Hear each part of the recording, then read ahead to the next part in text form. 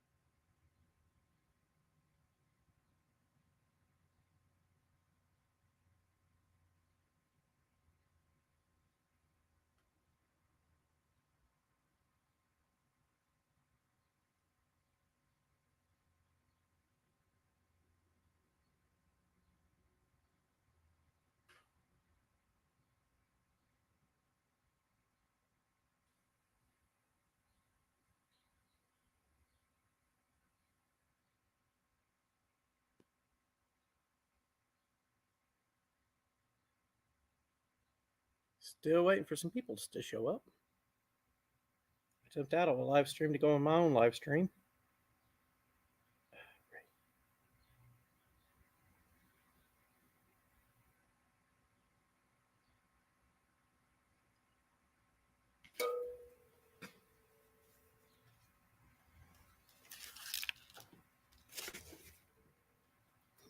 Hey, I got a live stream going right now if you want to jump in.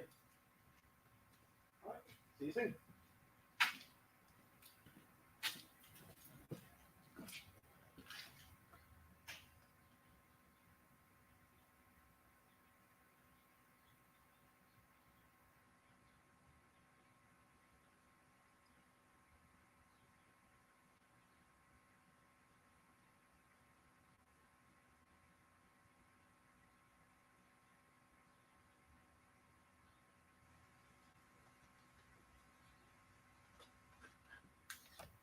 Oh, got a couple comments.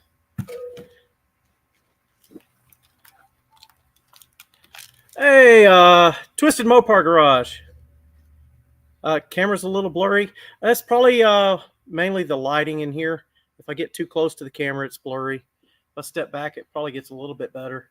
I do have an extra light over there, but I could probably turn that light off and turn some overhead lights on. That'll probably help. I'll be right back. Waiting for some more people to jump in. Thanks for joining.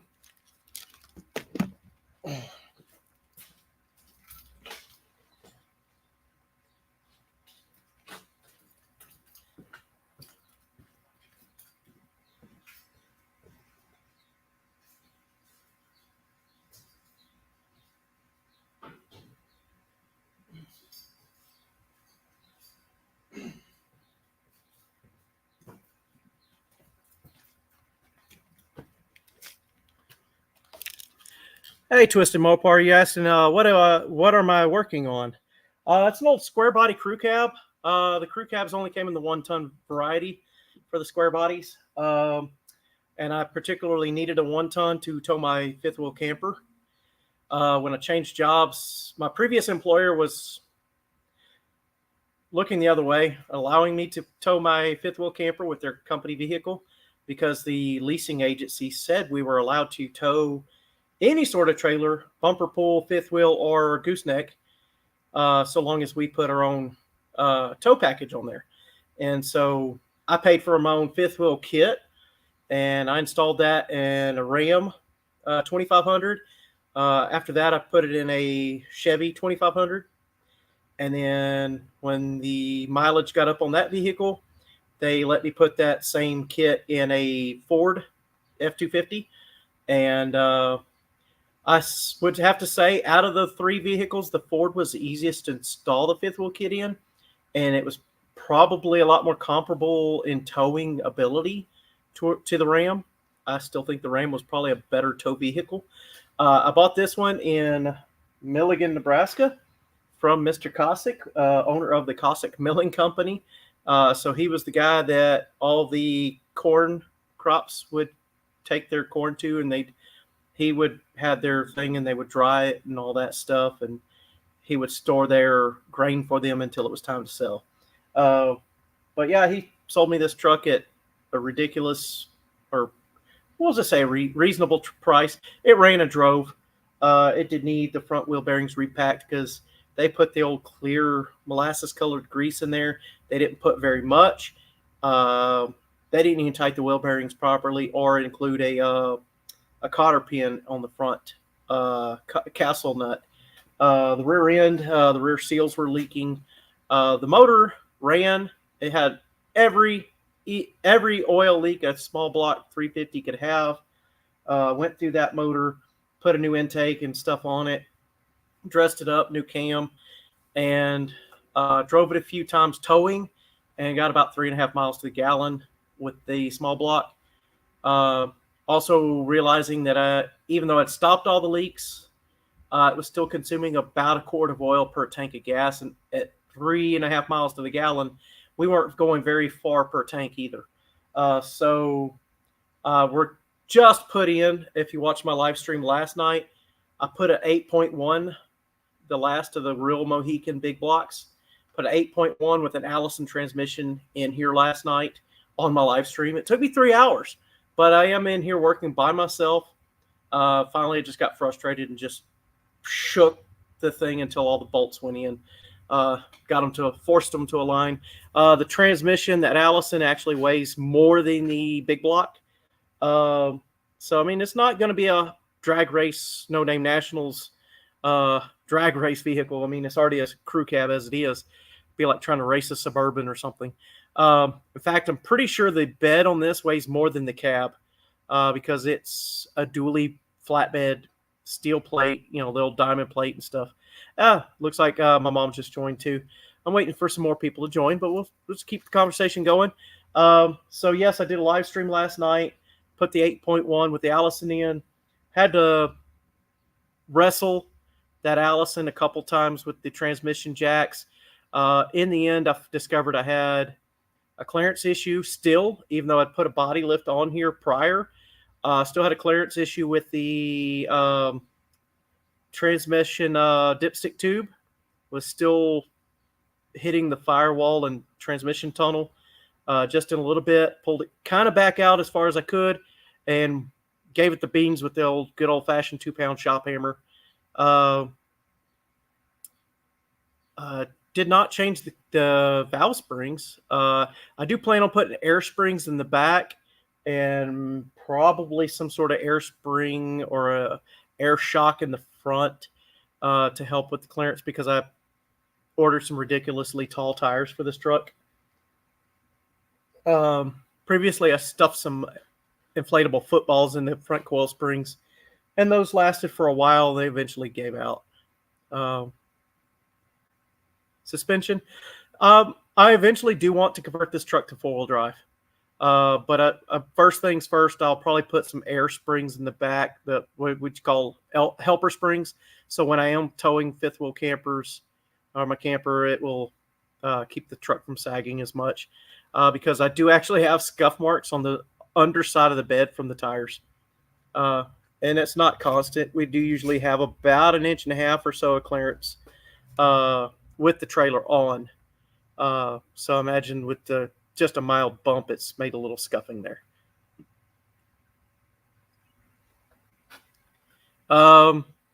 A topic for tonight. We're discussing my your favorite automotive adventures or misadventures. One of my automotive misadventures, since I brought that topic up, uh, one of my automotive misadventures, I was riding a motorcycle back home from Houston or Conroe, Texas, back to Abilene. I say back home. I was back to work where I was working at Abilene.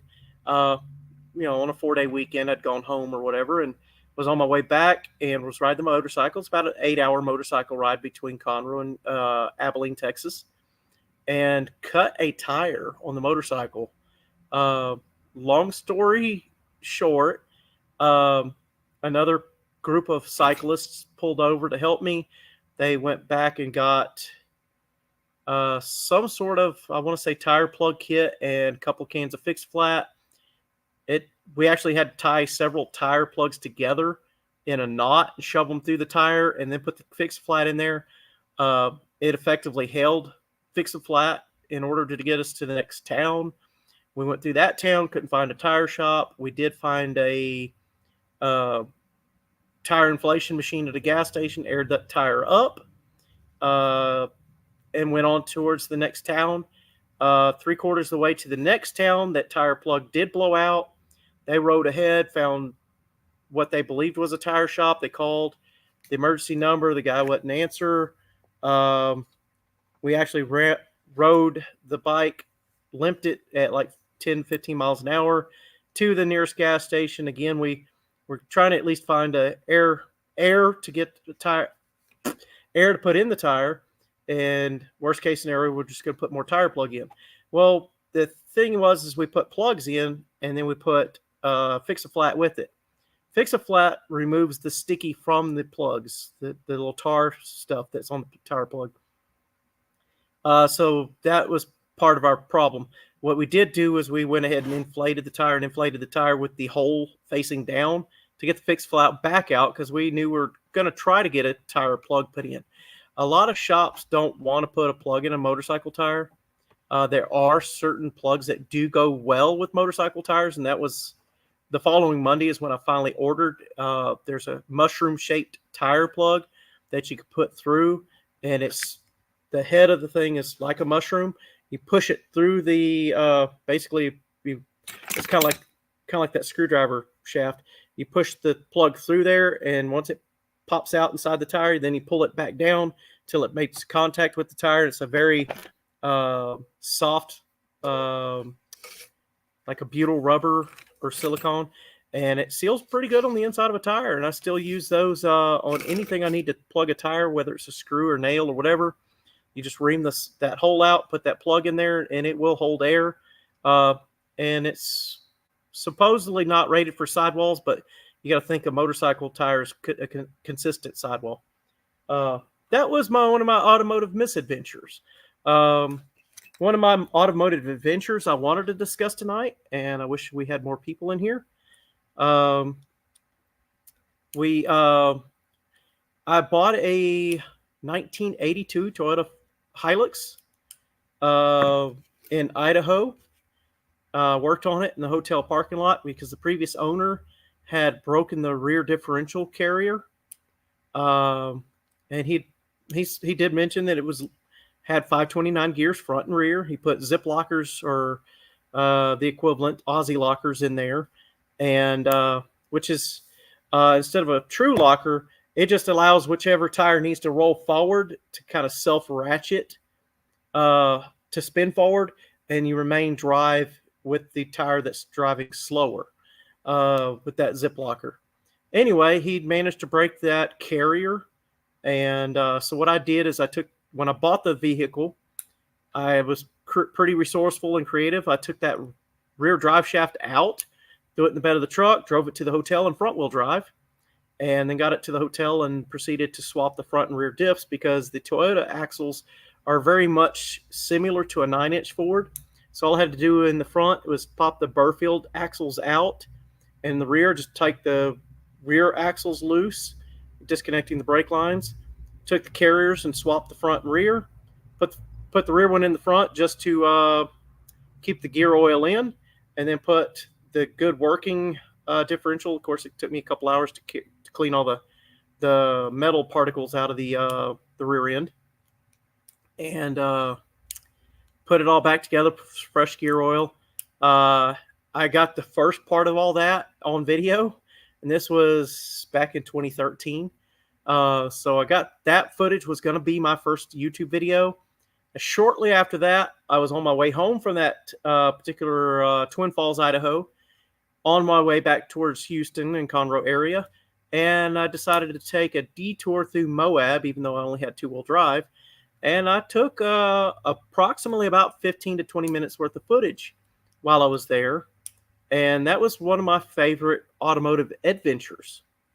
So I wish we had more people here. Who's the commenter here? I see we got Twisted Mopar Garage, and who else? I got my mom.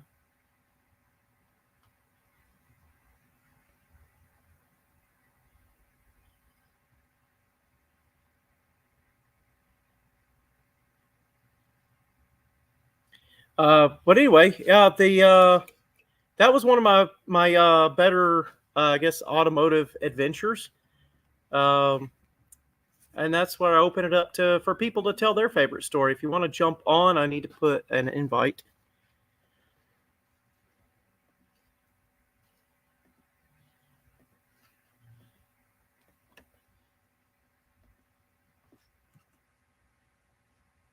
There we go. There's the invite. If you want to jump on, I'll let you go in and just tell your own story. As far as the No Name Nationals, I assume that Twisted Mopar Garage is at least considering participating in that event. This is going to probably be my tow vehicle. If worst case scenario, I'll just run it down the track once.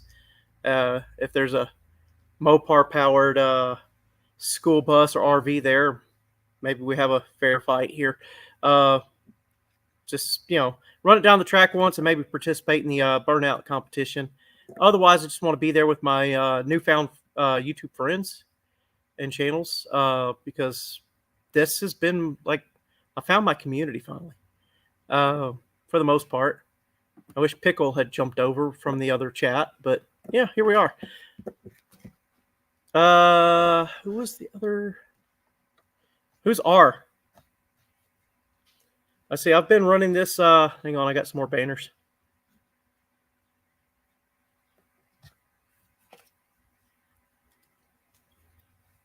Now from a word from our sponsor, Dual Fuel Corn Liquor. The only corn liquor with a proof mark and an octane rating. May cause temporary or permanent blindness and excessive internet shopping. Don't blame us when the UPS shows up.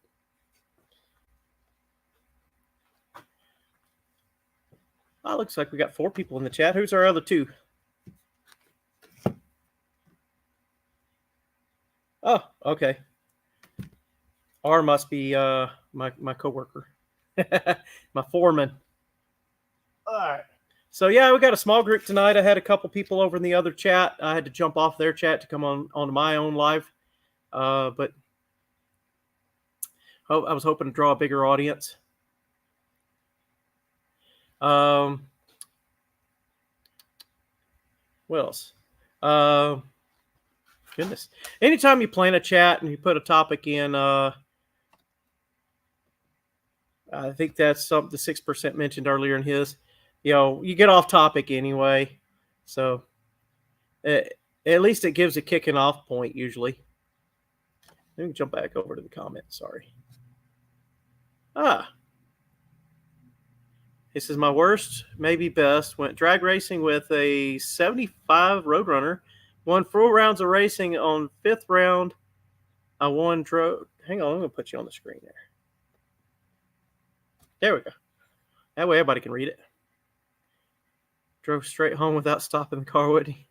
Moved the next day. Ooh, move out of its own shadow. Oh, did it lock up?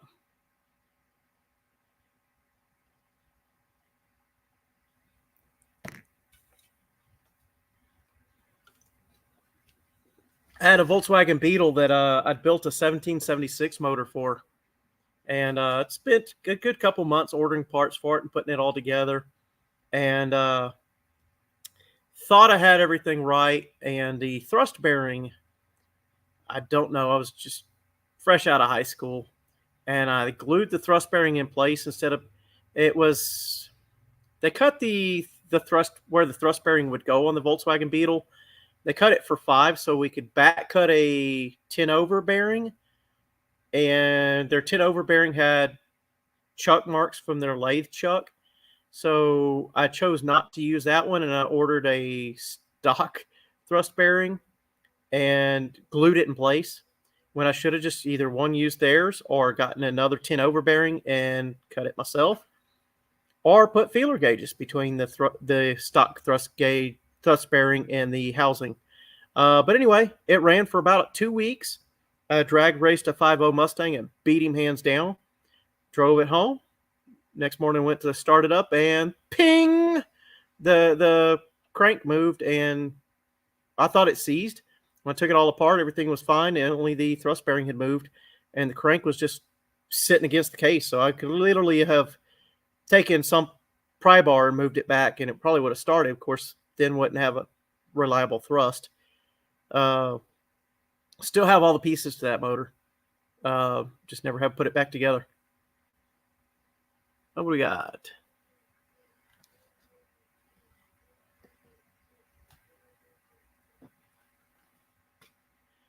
So race car I have now, me and a friend built it, so I turned every nut and bolt, help bed every bar.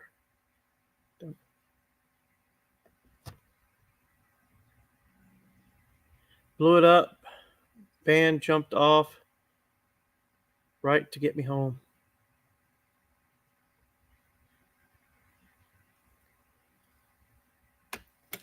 Yep, we've all had some sort of misadventures, right? That's how it works.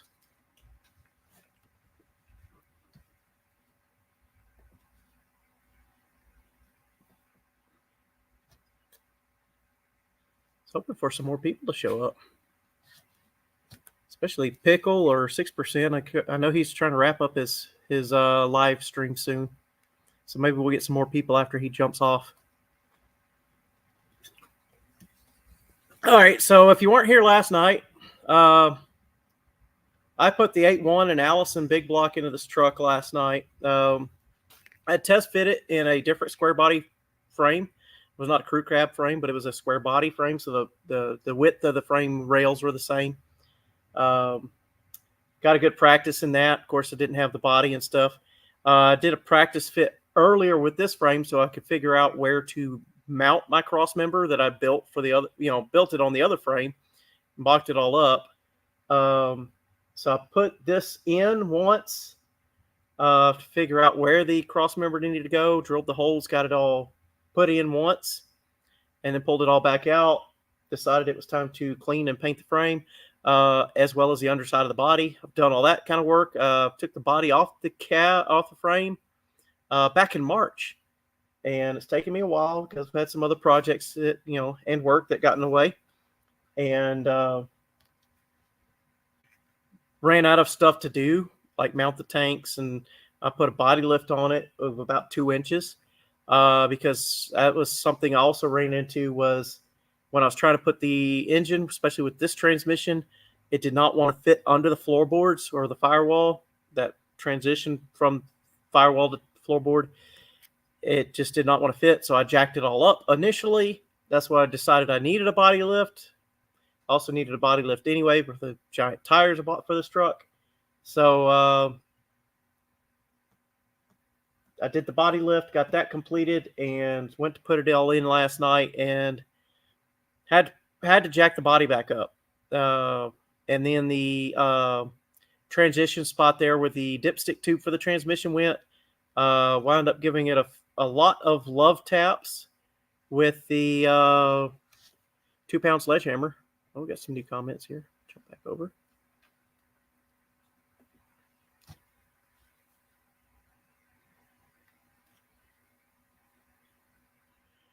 All right, so let's see. Broke a crankshaft on a 340 back in '78. Man, oh man. Didn't get to drive that one home. Yeah, I've seen a couple of the old 50 Mustangs where the balancer went at a 90 or whatever and just broke off. The cranks used to not, once they got to flexing, the balancer just was not balancing anymore and just would would pretty much shear that crankshaft off and ruin the whole motor. That was in the late 90s, maybe early 2000s when I was going to School of Automotive Machinist. Here's one. They were driving on 45 and the drive shaft dropped out. The dad had to fix that on the side of the road on I-45. One I remember more specifically to that one was my dad's 40th birthday. Mom had gotten a bunch of black balloons filled up and did a birthday cake that was probably coated in black icing and whatever, over the hill type theme. And Dad was driving an old K5 Blazer. It was a two-wheel drive Blazer, but it had the SS Krager rims and some probably 34s or 35s on it. And that was his daily back and forth to Houston. He would commute at least an hour, probably closer to 2 hours to where he was working at and back home. And he was on his way home and the ball joint broke and left him stranded on the side of the road at Beltway 8 and 59. And this was back in the way back in the days before cell phones. So he got a friend or coworker to drop him off at the Brookshire Brothers that was closest to our little road that got us further in towards where we lived. And he had to call home from there. He was already, several hours later than he should have been. And called us. We had to go pick him up. I believe we went to get auto parts that evening. And then he proceeded to spend the Saturday with a cold chisel and a hammer to break the rivets. That was the day that I was like, there's got to be an easier way to do this. This was way back before battery-powered tools like drills were invented. But one of the first things I bought besides a battery-powered drill was a battery-powered angle grinder. And because removing those pressed-in rivets for the ball joints, I remember that taking Dad pretty much all day. And then, of course, the kit came with bolts that you would put the new ball joint in with. But you had to break the old rivets out to get the new ball joint in. And this was all done on the side of the road on top of an overpass. And so that was almost a PTSD type side of the road moment for us because it was not a very safe place for the whole family to be. But that's where we had to be that day until Dad got that old K5 Blazer back on the road. And I can imagine, even a file may have been faster than the cold chisel method. But that's what they sold him to do that task with.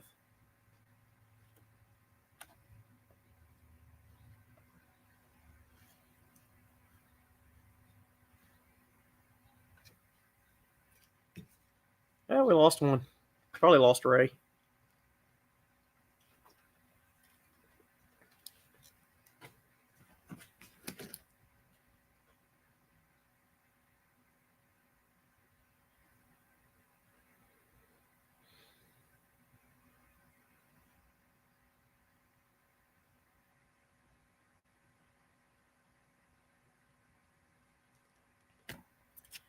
Oh, what's another one, guys?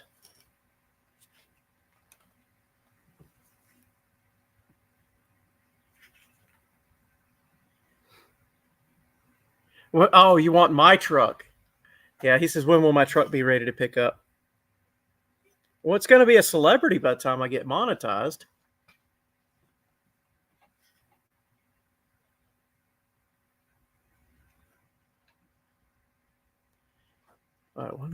Okay, let's see what Twisted Mopar's got one here. So poor one time, owned a 68 Ford Fairlane. Master cylinder was out, drove it for months with no brakes, used reverse to get the car to stop, acted like a reverser on a tractor. Scary times. Well, hey, Mater, thanks for showing up. We're still waiting for more people to show up, but we've already started discussing favorite automotive adventures and misadventures. Twisted Mopar's got one here. I've got one to follow that one. I had a Volkswagen Beetle that I bought off somebody, and the fuel pump wasn't working, despite him having already replaced the fuel pump. I don't know why I didn't put it all together back then. Of course, I was younger. So what I did was I would pressurize the fuel tank with a bicycle air pump, and I installed a Schrader valve in the vent. So instead of it having a vent, I would add air pressure through the Schrader valve into the gas tank. That would pressurize the gas tank and get fuel flowing to the motor, and I would drive that to and fro. And at every stoplight, you'd see me, the air pump went from the trunks in the front of the Volkswagens. Their air pump was stuck through the dash, and at the stoplight, it was through the stereo hole, and I'd pump that up while I was sitting at the stoplight, and people would be like, "What on earth are you doing?" "I'm trying to make my car run better." And I'd pump it up and get it going and go down the road, and every couple minutes, I'd just add a little bit more air pressure to the car while I kept it going. And finally, one of the customers at the bicycle shop was like, "Doesn't that just mean you need a new fuel pump?" So I went and bought a new fuel pump. I was like, duh, you're right. So I went and bought a new fuel pump, put it in, got it working. The other fuel pump had trash in it from the factory. But anyway, that was one of my misadventures. Another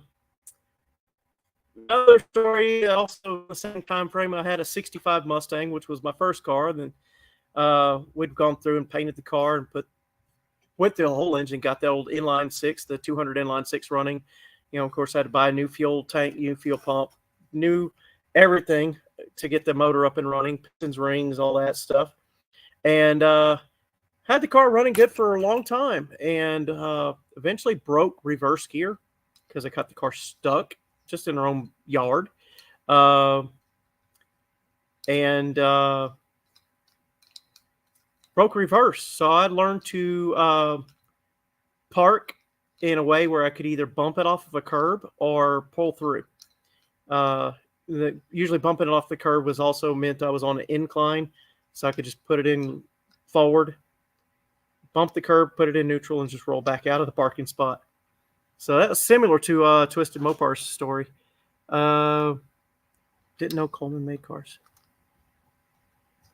Power might be back on at 11.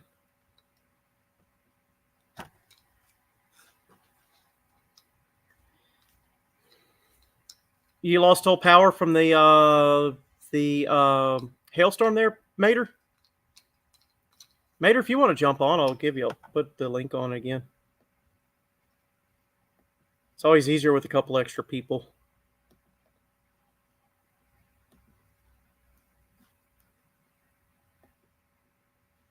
And Twisted Mopar, if you want to jump on. The more people we get in here, the better. Get the conversation going a little better. It's hard to carry a conversation when you're just speaking to a screen, a camera and a screen. At least when I'm, doing some stuff I can edit, I can take out all the ums and uhs and whatever when I'm thinking. But I do find live streams are a little bit more better communication with the audience. Time for a station break. Back to our sponsor. Thank you for sponsoring us. Dual Fuel Corn Liquor. The only corn liquor with a proof mark and an octane rating. May cause temporary or permanent blindness. And please drink responsibly. And don't blame us when the UPS truck shows up.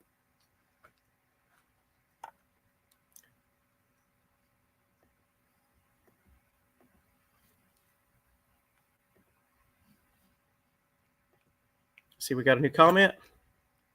Oh, you can try. You're on your phone. Yeah, last time I tried to jump on my phone, I had no audio. Maybe I should probably had a Bluetooth on at the time.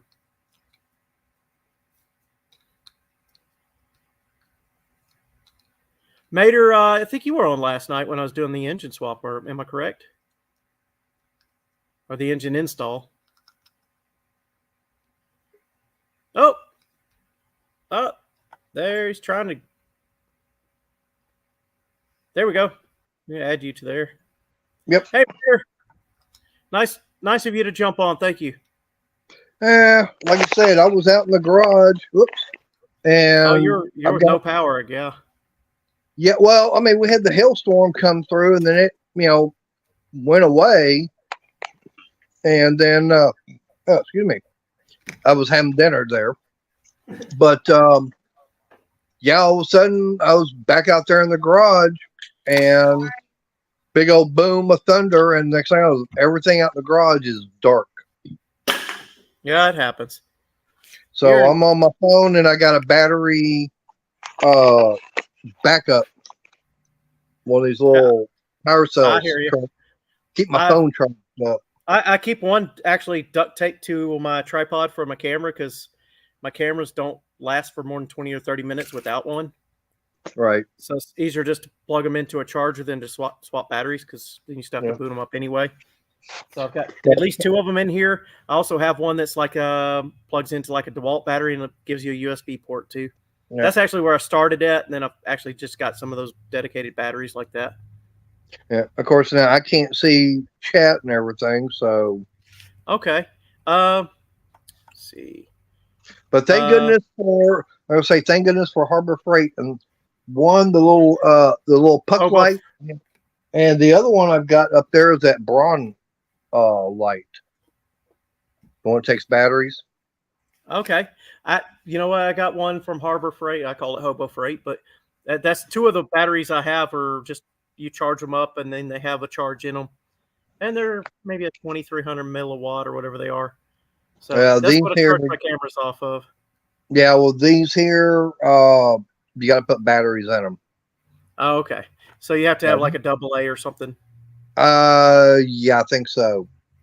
Well, like I said, I started when I first discovered. I was like, I was originally just keeping all my camera batteries charged and would just swap them. And then I was like, hey, why am I doing that? I could just plug them into a charger. I had one of those DeWalt adapters that had the USB thing on it. Hung that thing on the tripod and plugged it into the USB cord and charged the camera battery. And I used that for a while, and then I jumped over to this. So yeah, did you get my? Did you understand my reference to Coleman? What was the reference to Coleman? I didn't know they made cars. Why is that? Well, how you were talking about how you would have to pump up the gas tank on your Volkswagen. Oh, the old kerosene lanterns. Well, not kerosene. Well, the kerosene, but the old Coleman camp stoves and lanterns. You sit there and pump up the tank, air pressure and everything. Same thing. Yes. Yep. That's what I was going. I didn't know Coleman made cars. Now that you link it together, I got you. I remember my dad, he would take and cut pieces of leather to make new diaphragms for the old Coleman lanterns when I was in Scouts. Oh, the pump cup? Yep. He would because the older lanterns, they didn't have the rubber one, they had a leather one. Yeah. And if you actually, believe it or not, if you've got an old one and it's dried out, neat's foot oil, 3-in-1 oil, put that on there. As long as it ain't cracking and coming apart, it's good to go. Right. You know what surprised the crap out of me earlier was you forgot to do your own live stream? Yeah, that too. I was already on the other live stream with 6% and damn it, Pickle. I can't remember his name. Pickle knew what 3-in-1 oil was. Yeah. Yeah. I was like, hey, Pickle, you're a little young to know what 3-in-1 oil is, but I'm impressed that you know it. I'd like to see him try to dial a rotary phone. Yeah, the old rotary phone. Because I remember y'all talking about that. Like, yeah, I've seen videos of teenagers trying to dial a rotary phone, and they can't do it. Hey, quit making fun of the new generation. These kids grew up with cell phones. They don't even know what a pager is. I saw one video the other day, and it cracked me up. And the girl was like, well, I tried to call the parents. I've been babysitting these kids, and the parents weren't home, and their phone was dead, and the other kid's phone was dead. The kid that's at home phone was dead. She goes, crazy idea. What if we had a phone that stayed at the house? Like plugged in somewhere, like stays there. I'm like, you mean like an old landline phone? She thought she had a whole new invention. I think Alexander Graham Bell kind of came up with something like that. It may have been a week or two ago. Yeah. Ye- In 1800s, yeah. The old party line. I like that one. Twisted Mopar. Oh, I remember those. Now, There was that. Yeah. I was going to say one thing surprised me was a few years back. I went on a cruise, and I was actually in Freeport, Bahamas. Right there Okay. on the side of the road was an old payphone in the red booth like you see over in England. Oh, like had doors on it on the booth. Yep. Oh my, the old Superman booth. Well, no, I'm talking about the one that, like I said, it was like over in England that you would see. Oh, the red ones. Yes, Yeah, that's neat. but it's like TARDIS. no, it wasn't a TARDIS. I know, but that's the reference. I get the reference. That's Oh goodness, what series is that? They use the TARDIS That's to what transport. Doctor Who. Doctor Yeah, Who series. yeah. And by the way, my girlfriend, she's talking in the other room. I heard her. Okay. My wife sells pins, and she got the part of the prop from the TARDIS from that Doctor Who series, and she sold several of those pins to lots of people. Ah, And I, it was just basic pine, but they came with a certificate saying they were from that set. yep. That Yeah, was like that's what sells it. It's the fact that she ordered it from that supplier and got the certificates that said yeah, they were from the movie set. And that supplier also sells other TV and movie props as materials to make stuff out of. nice. Now you're talking about weird things that happen. I guess what while driving. Automotive adventures or misadventures. I was driving back home one day, and at the time we had a '76 Dodge Maxi van going cruising down the highway, mind you. And this was when the speed limit was still 55. That Okay. was a while back, yes. Yeah. So I'm cruising down the highway about 55, 60, something like that. And then all of a sudden, I've got a bird hit the windshield of the van. We're glad it was only at 55. Yeah. I mean, well, at least I'm glad it wasn't at 5,500 feet. But Right? yeah, I mean, it's like, talking about scaring the crap out of me. It's like, damn. Right? And I was still about 30 minutes away from the house, considering back to how slow I was having to drive back Yeah. then. Right?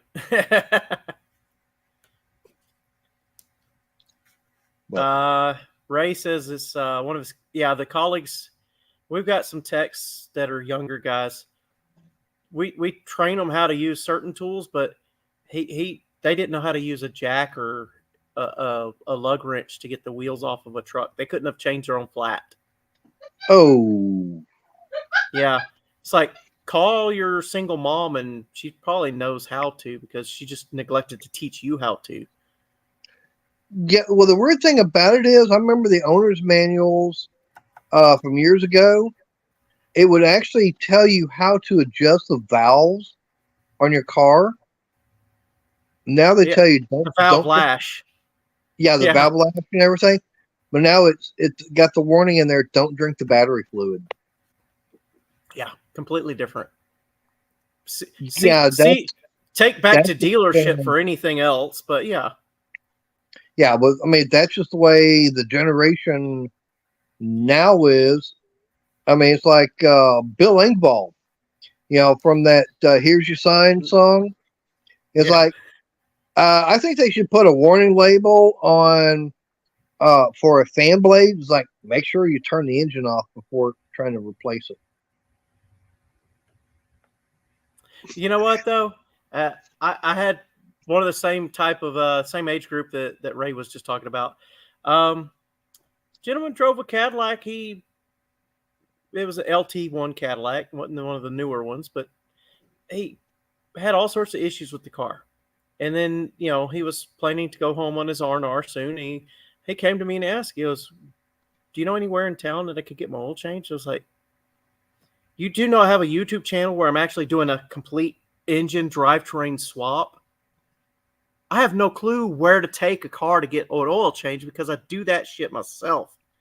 I'm doing an entire engine swap. What makes you think I would take my car and trust some snot-nosed mechanic that could barely change oil to change my oil?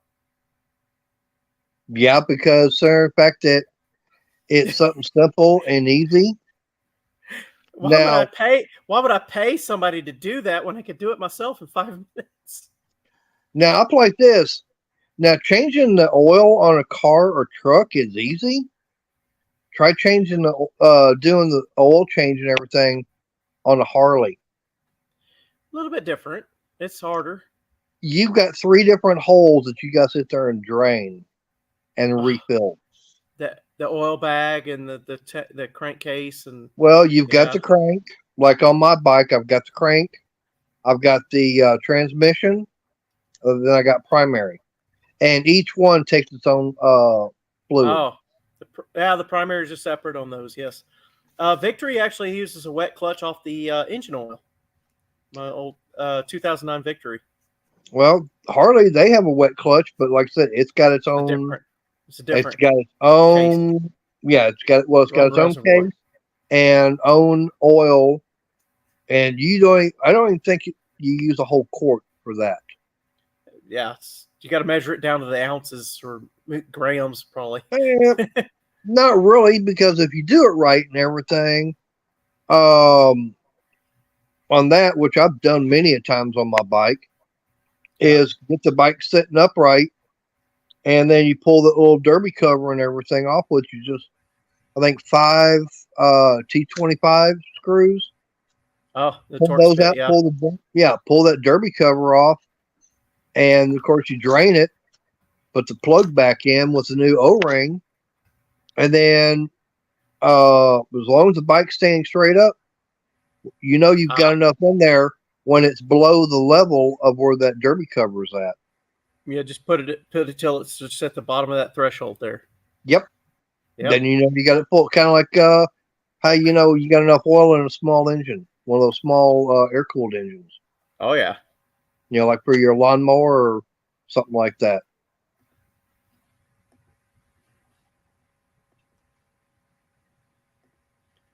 All right. What's some other people's favorite automotive adventures or misadventures? Bet your Ray's got one. Were you there when we ran out of oil in the gas in that diesel truck? The diesel? Because we couldn't find a diesel station. I'm talking about one of my guys down there, Ray. We were towing a lift basket that it climbs its own cables. Looks like a giant window washer platform, except for it's made to go around the blades, wind turbine blades. So somebody has to go up tower. Let's see if I can turn that part off. And rig the basket to the platform. And once you rig the basket to the platform, the cables get dropped down. The cables get fed through the motors. Then the crew down tower is able to ride the basket to get access to the blade. Anyway, those machines, the platform itself weighs a little bit more than what a Volkswagen Beetle does. It's a big aluminum platform. And he's jumping in. I'll put you in there. There you go. Are you telling the story of when we broke that brand spanking new Chevy 2500 Allison transmission with the coffer? I don't remember the one where we broke a transmission. It was the truck out of Grand Forks that it later wound up with a lot of fuel system issues from rust from getting the winter diesel put in it, and then they would let it sit, and it would rot out the fuel lines. I think it was Big Blue. Yep. That back before that truck became a problem, I was the one driving it for a whole season because it was the one that would tow those baskets. And we left Abilene, forgot to buy fuel, and got a ways north of Anniston. We weren't out of Texas yet, and we ran out of fuel and could not find a place to buy diesel We'd stopped at every gas station. They didn't sell diesel and completely ran out of fuel and had to send another truck ahead to get. They had to not only buy fuel, they had to buy a fuel can before they could buy fuel. Yeah. So I was stranded on the side of the road for about 2 hours. And then All we right, had to I'm gonna run have that to fuel get tank. out. My battery's at 46%, and this little power bank is down to 1 bar on it. So I don't want to run out of power before our electric comes back on. All right. Well, we'll let you go, Mater. Thanks for stopping by. No problem, and I'll catch you later. All right. Thanks for Bye. coming. We'll see you next time. Yeah, Ray. So- What's another one you got? You somebody blew a I'll give you transmission. the An great Allison. one. What's the Yep, great one? So you and I and 2 of our subcontractors, we had went probably up System to 1s. Wichita. Yep, System 1. We had went up to Wichita, Kansas in that brand spanking new Chevy 2500. It had this is when they'd put the new Allison in, and it was supposed to be indestructible. We were hauling the 30-foot trailer with that coffer platform. So for people that don't know, the platform that goes up and blade The goes window straight washer down the platform, middle. as I described it. Yeah. Yeah, pretty much. And we were on the way back. I don't remember exactly where we were at, but we were pretty close to the Texas border, if you remember. We And weren't quite to Oklahoma yet. Yeah. Right. We started having a little issues. Temperature was rising. I think that was probably you and Justin. No, that was you and I, Jesse and Jesse. I fired Jesse at least twice. Yeah. The Well, one Jesse, not the other Jesse. right. Well, what ended up happening is we crossed over. We made it to the other side of Wichita Falls, Texas. Okay. Yeah. And if you remember, we ended up breaking down in the middle of nowhere between Monday and Wichita Falls, in the middle of nowhere with no cell phone reception, nothing. Couldn't get a hold of anybody. Course, that's the best time to break down, when you have no cell reception. We were stuck on the side of the road before I got a hold of Mama. And she came over with my Ford. We picked up the trailer. We drove back in my truck back to Abilene. And we ended up leaving the Chevy on the side of the road with the keys there because the wrecker was on the way to pick it up in a couple hours and get it to the Chevy house. All on company time. Yeah, all on company time. The one I remember, it was the one I told you about before that had the fuel system issues. Yep. It also had a variable vane turbo, which was a great turbo on paper, and in initial usage it was great, but they designed it to where it went out just after the 100,000-mile warranty expired. So about 110,000 miles, the variable vane turbo sensor would go out. Yep. Well, the cost of the sensor, if you was to do it yourself, was about $400. Most shops recommended you replace the entire turbo with the sensor, which I don't know any turbo that burns up at 100,000 miles, but especially a factory tuned turbo, which they probably have 300,000 miles worth of life in the turbo bearings. But that was what most shops recommended. Of course, they wouldn't let me buy just the variable vane sensor actuator. Like I said, that part was probably $200 or $300. They made us take it to the Chevy house. After 2 weeks of sitting on the truck, they said, "Oh, well, we're going to charge you about $3,000 just to diagnose the problem." And that sensor alone was over $900, and then they wanted to charge another $1,500 to put it in. I'm like, y'all would have been money ahead because I told you what the problem was from the get-go. I told them what the problem was from the get-go. The OBD2 sensors, every place I took it to said it was the variable vane turbo sensor actuator. They'd have been money ahead to just let me buy the part and put it on myself. Because you could see the sensor was right on top of the turbo. The turbo was right at the back of the motor because that was the old Duramax where you got the exhaust ports pointed in where your normal intake ports point at. Yep.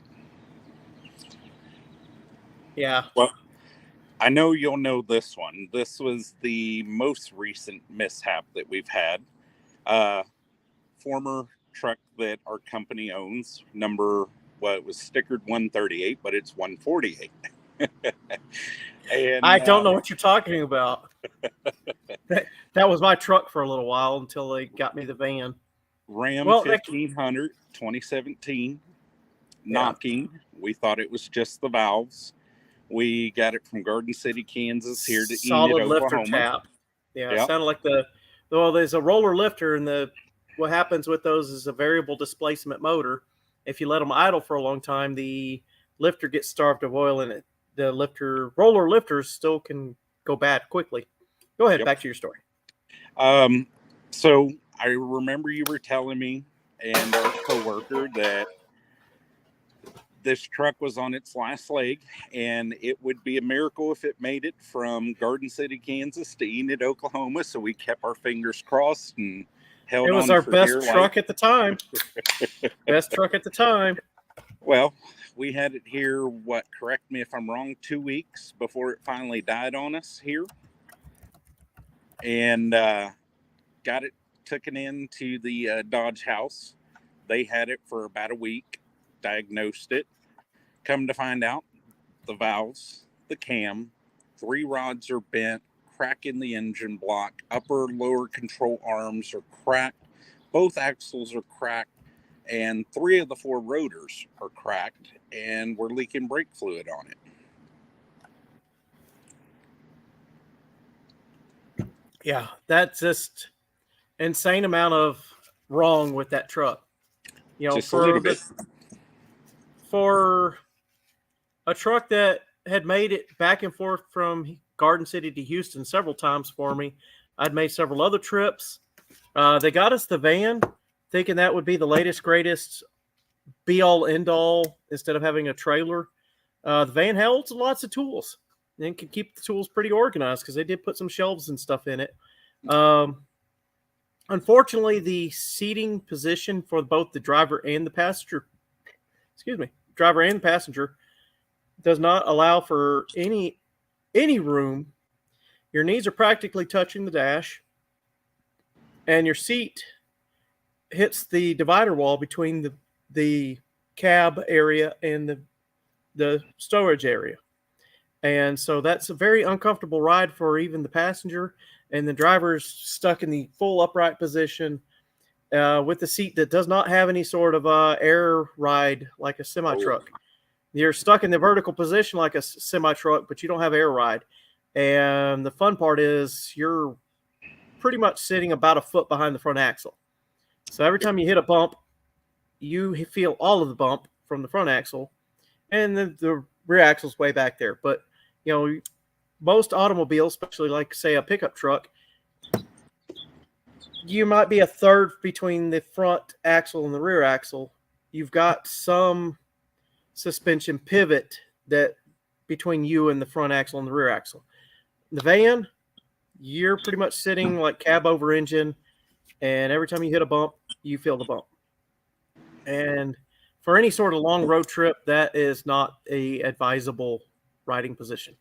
It's the new vehicle. It's got the newest, latest, greatest, everything else. It's reliable. I sent a crew to, I want to say, Pipestone, Minnesota in that. Or no, it was, we sent them to Grand Forks. But they came back from Grand Forks, said they will never take that truck on a road trip again. Or the van. So for any time else after that, they insisted that they were going to take the truck you were just talking about, 138, 148. And the reason it got relabeled from 138 is there was duplicate truck numbers in the system.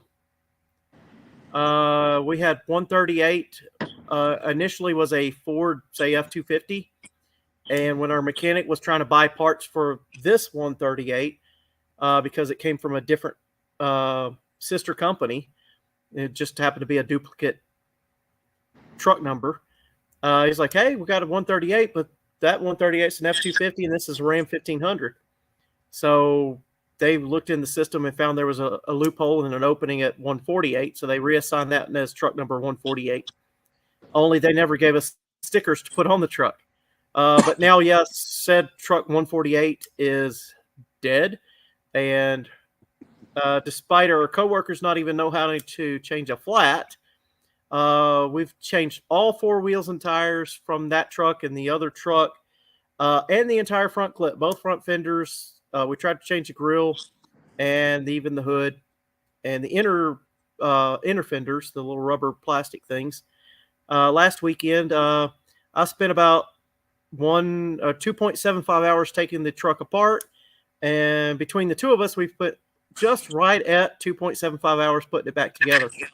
Yep. Oh, taillights as well. Hey, 6% jumped on.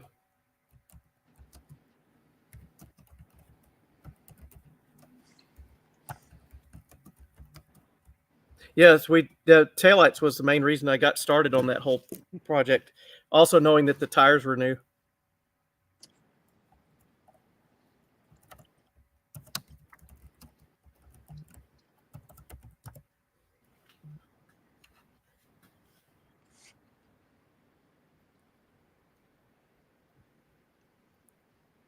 Hey, 6%. This is one of my coworkers slash foreman right now.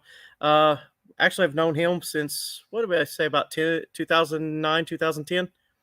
At least. I trained you on blade repairs. You're already in the wind industry. Mm-hmm. Let me get that. There we go. But yeah, I mean, we were just telling some of our automotive misadventures, I should say. Some of the guys that work for us, the techs, they don't even know how to change a flat. And that's what we were just talking about. We took a truck that I've explained to these guys multiple times. Don't let these trucks idle too long because the displacement on demand starves the lifters of oil and will ruin even roller lifters.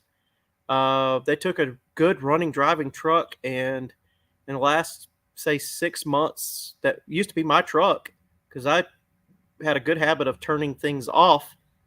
When I'm not using the truck, I just turn it off.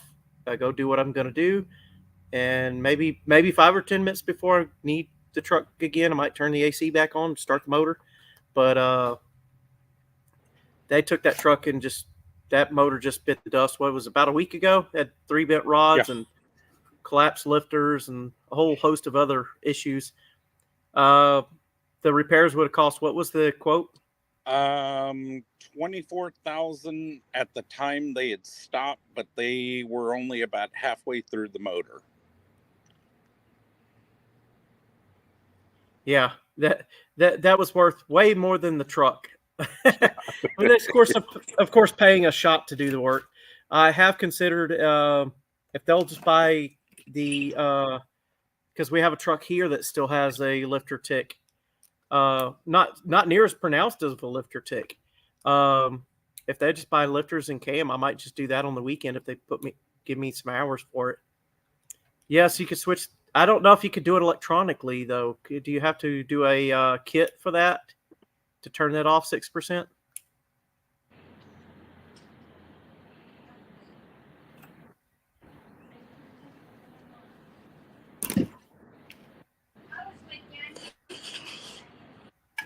The problem is these are pretty much stock trucks. They're company trucks, and there were some other things that happened to that truck. Mainly abuse, neglect. These guys weren't keen enough to realize on a road trip your battery shouldn't go dead, and battery was going dead constantly, and they wound up coming back from California with jumper cables. And I don't see any reason that you would need to buy jumper cables after driving between Kansas and California and back. You should have had a fully charged battery.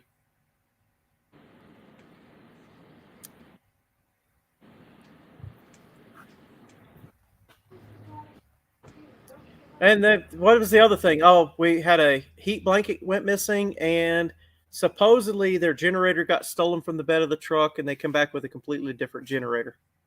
Yep. Which was a far cheaper generator than they left with. Yep. Not to disparage anybody, but they've also tried to slander me. So I think they were on their way out the door before they were on their way out the door, because typically, you could tell when somebody's about to put in their 2 weeks notice way before they put in their 2 weeks notice. At least that's been my experience with the whole situation. I agree. And then when they insist that, what you said, I could have my job back. I said that so you just leave quietly. I was just hoping you'd leave quietly because you were already causing a stink. You were already stinking up the place. But anyway, give us. We'll go back to that. Go back to my banner here. Automotive adventures and misadventures. What do you got? 6%. I did bring in my Moab story as a positive automotive adventure. If you guys want to jump over later and check out the Moab video, I've also planned to have next Wednesday. I'll be on a cruise, but I do have a video that we'll post on Wednesday of the local car show, or it's a automotive Volkswagen group, which also includes several other antique and classic cars. But that video is going to be there. And hopefully I'll even have for the following Wednesday the video of me working on the 82 Toyota truck in the hotel parking lot. And that video footage is actually over 10 years old. So it's taken a little bit more editing than most videos.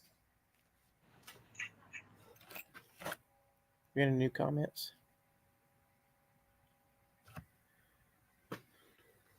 We're not allowed to put a programmer to the company trucks. Even though the trucks are so old, there probably is no warranty.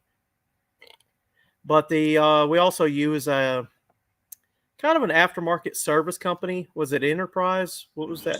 Yeah, Enterprise Fleet Service. So they handle everything. A fleet for us. service, yeah. Yep. They handle generic services. If we need to take it in for an oil change or some tires or something. A lot of those fleet services don't like to do 2 tires. Say if you, I know from my personal experience, a lot of the new construction is usually on gravel roads, and you wear out the rear tires pretty quick. What you're supposed to do is continually rotate your front tires and rear tires, so you don't wear out just one set of the one pair. You want to wear out all 4 at once. I remember taking a company vehicle in for new tires at 25,000 miles, and one of the guys at the tire shop was pretty proud of himself because he had gotten about 125,000 miles out of his factory dealership tires, which were probably Firestones or whatever, cheap shit tires too. And he was blown away that had worn away tires at 25,000 miles. I was like, you just don't understand. This is a truck with plenty of torque, and I drive on primarily gravel roads for 10 hours a day.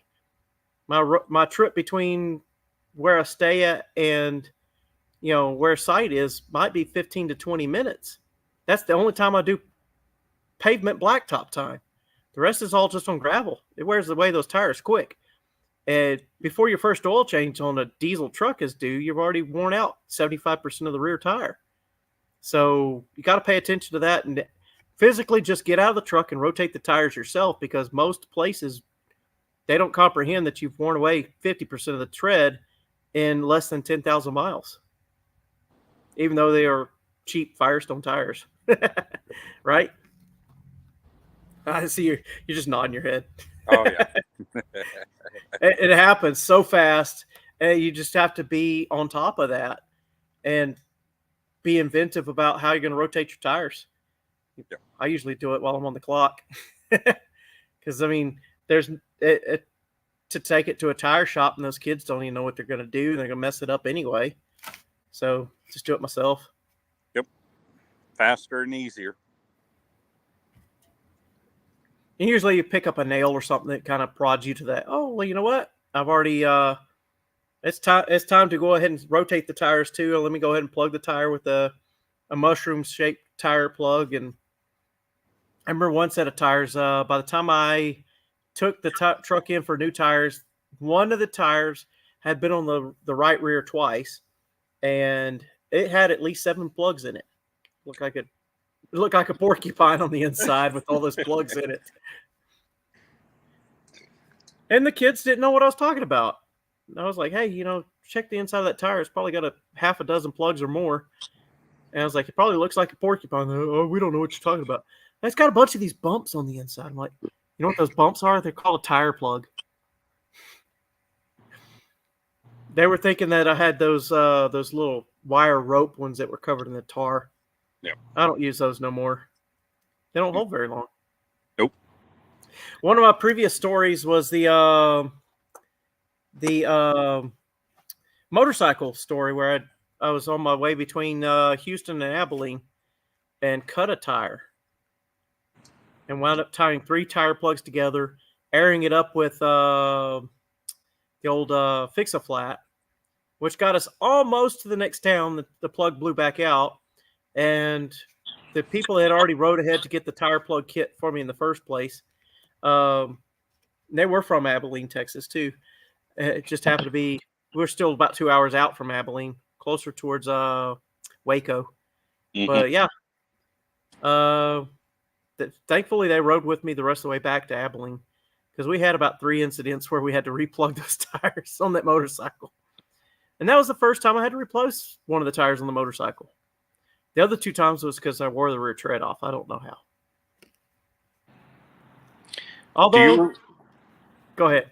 Do you remember that time when we drove all 15 F-150s and Big Bertha from Abilene to Grand Forks, and the truck that Justin was driving was only running on 4 cylinders the whole time? Or was it 3 or 4 cylinders? That was me driving that truck, and it was running on 3. Okay.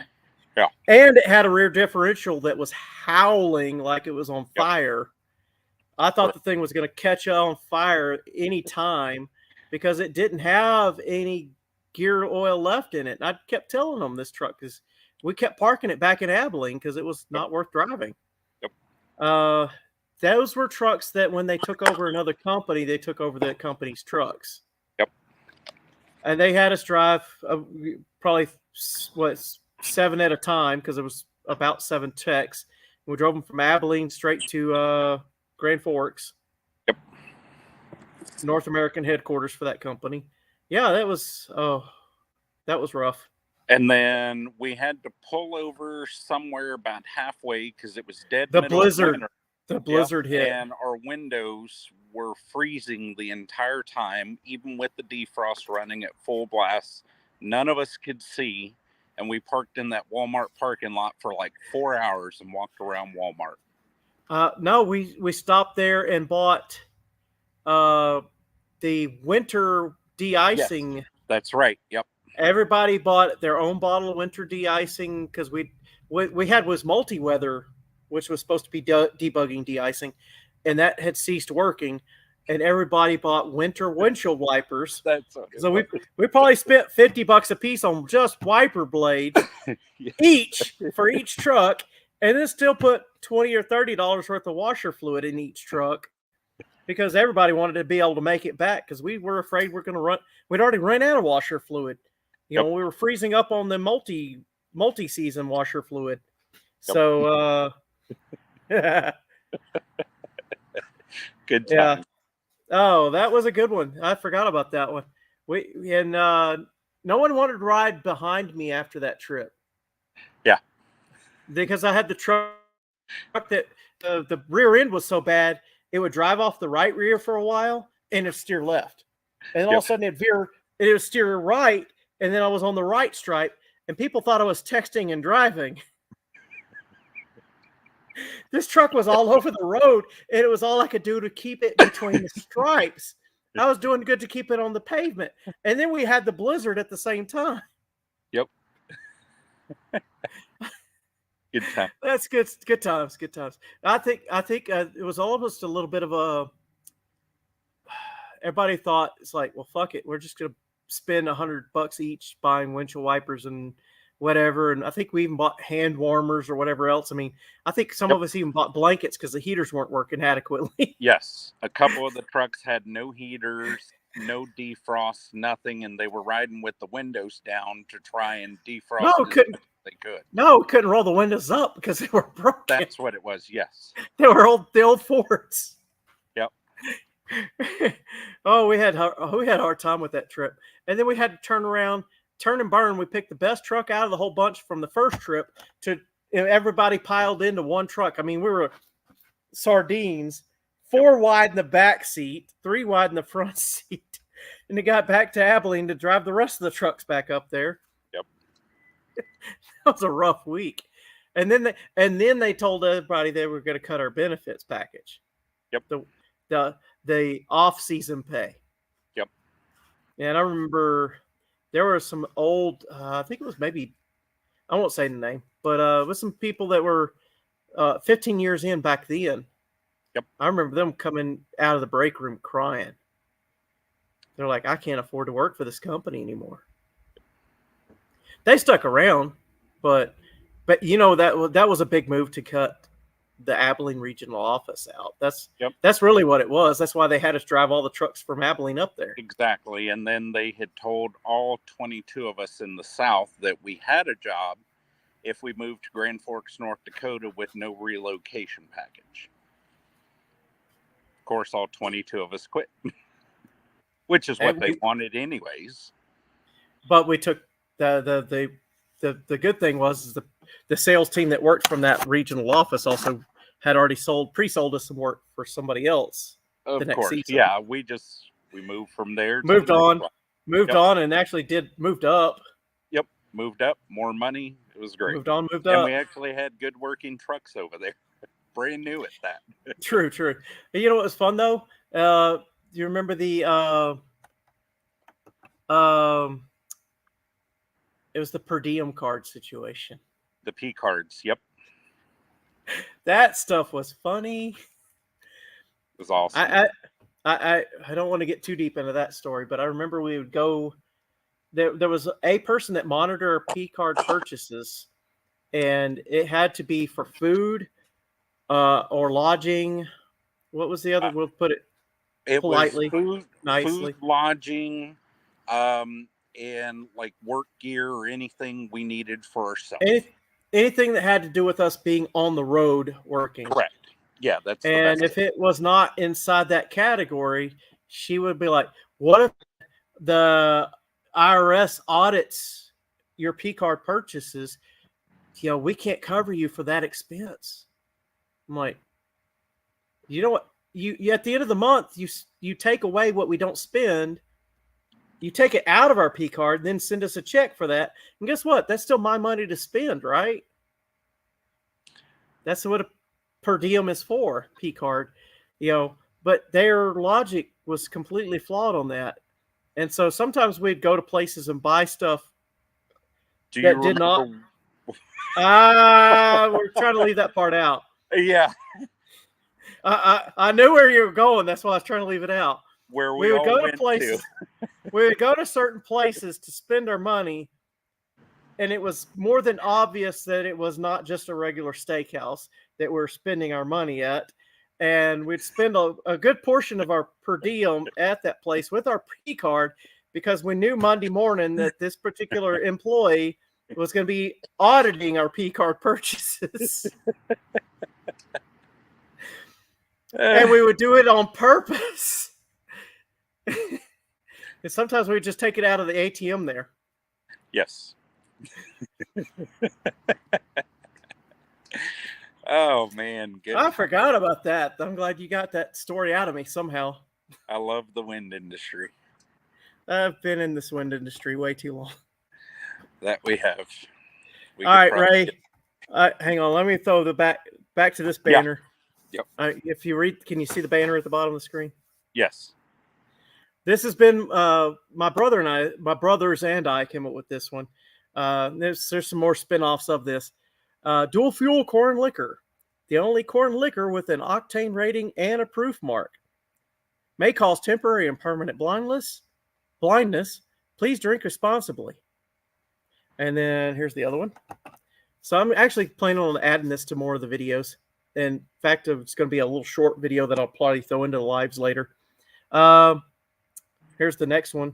It's another spin-off of that. Of course, we brainstormed all these within or so. Dual Fuel Corn Liquor would like you to drink, remind you to drink responsibly. Online shopping and online shop responsibly. Please don't blame us when your wife sees the UPS truck shows up. I like that one. Yeah.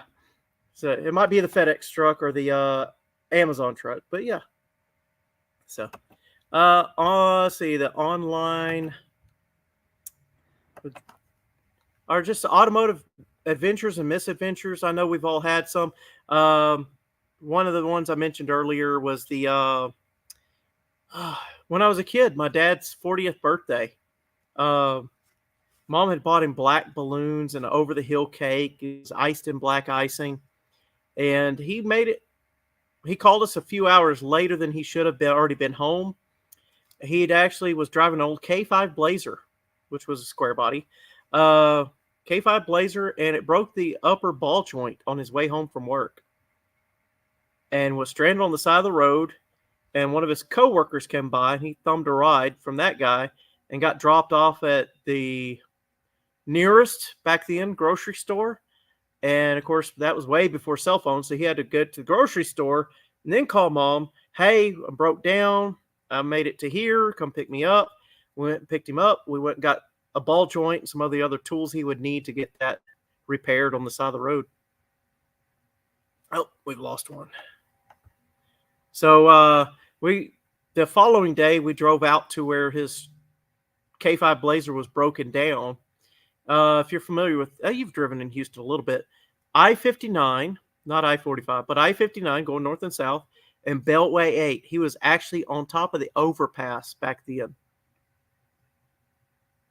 between 59 and the Beltway 8. And back then, the Beltway 8 ran under 59. Now it's the other way around. But yeah, we were on that overpass, and he had to use a cold chisel to break the factory rivets for the ball joint off. And that was before we had battery-powered drills and grinders. He spent half the day breaking all 4 rivets off that thing.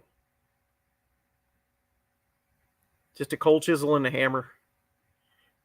You know what? I still have PTSD from that. One of the first battery-powered tools I bought besides a drill was a grinder.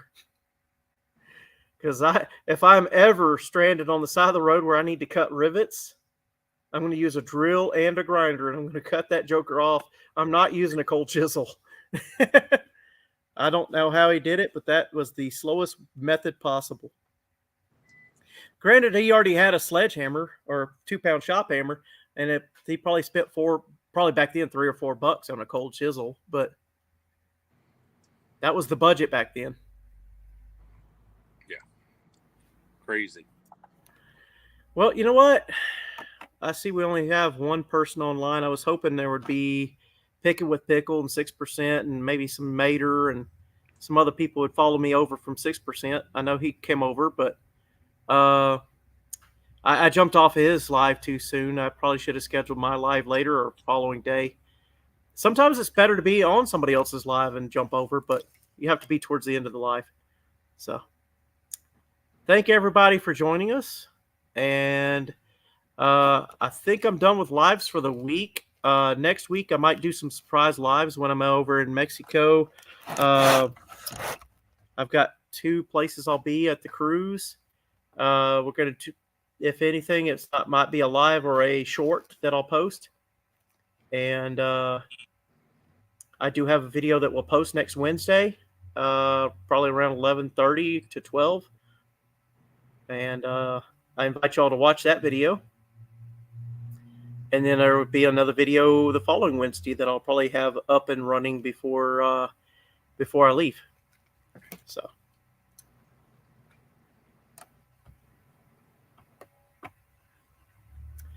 All right. Well, thank everybody for coming, and I'm going to end this broadcast.